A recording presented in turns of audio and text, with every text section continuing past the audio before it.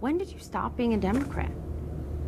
I think the party started losing me when the party started shifting so far left to progressive policies that I know in my heart are as false, and I say this with respect, but it's true, as false as President Trump telling the American people when he was running for president that the Mexicans were going to pay for the wall. So when was that? You're referring to Medicare for All, for example, right? Well, if you add up the three policies that seem to be the backbone of the current Democratic Party in terms of the 2020 process, it's free Medicare, free health care for everybody, free college degree, and a job for everybody. And that adds up to about $40 trillion in 10 years. Well, that's not going to happen on the foundation of a $21 trillion debt. So it's not true. I don't know Senator Harris, but just last night, she made a statement on your network that, I'm paraphrasing, but she made a statement that in terms of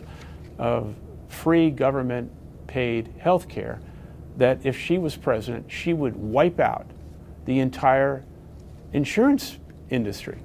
Now, to me, she is supportive of Medicare for All and is supportive of that eliminating private insurance in this country. Eliminating. So you know what that means? What do you think of that? Well, that's a very cavalier statement. What it means is that millions of people who work in the insurance industry, as well as the adjacency, are going to lose their jobs. Why do you think Medicare for All, in your words, is not American? It's not that it's not American, it's unaffordable. So let me be very clear. Because you called it not American. Healthcare has been central to my entire life. We've just talked about that. The first company in America to provide comprehensive health insurance to part-time people. I know a lot about this issue.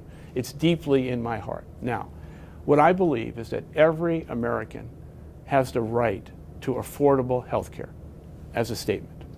I also believe that the Affordable Care Act under President Obama was the right thing to do to provide over 30 million people who did not have insurance to get insurance. But now that we look back on it, the premiums have skyrocketed, and we need to go back to the Affordable Care Act, refine it, and fix it. So the price tag on it, whether you look at the Urban Institute numbers or the Mercatus numbers, are $32 trillion for Medicare for All over a decade. But Senator Sanders says of his plan, yes, you pay more in taxes for it. The health care savings that Americans aren't spending to private insurers is $2 trillion. You say. This is not true. Immigration. I'm interested in what you would do and what you would propose as president for the roughly 11 million undocumented immigrants currently in this country, not just the Dreamers.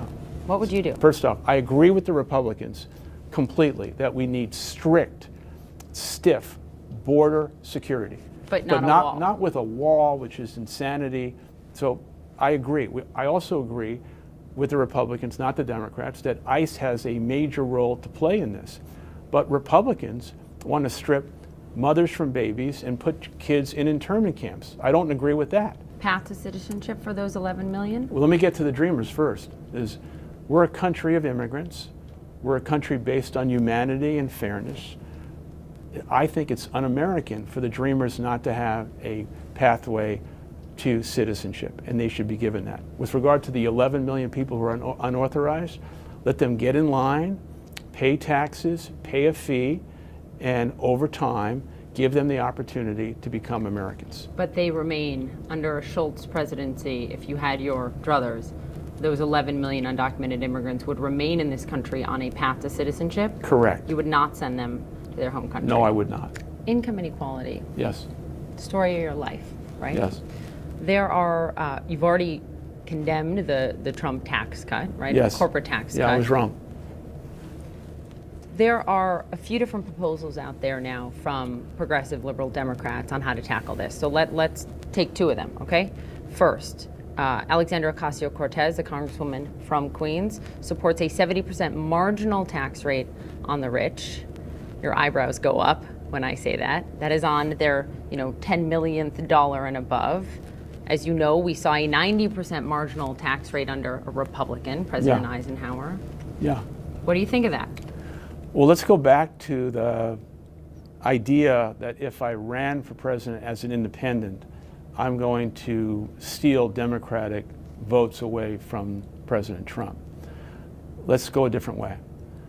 If the Democrats are proposing anything close to a 70% level of income tax, how many core Democrats are going to be supportive of a move towards socialism?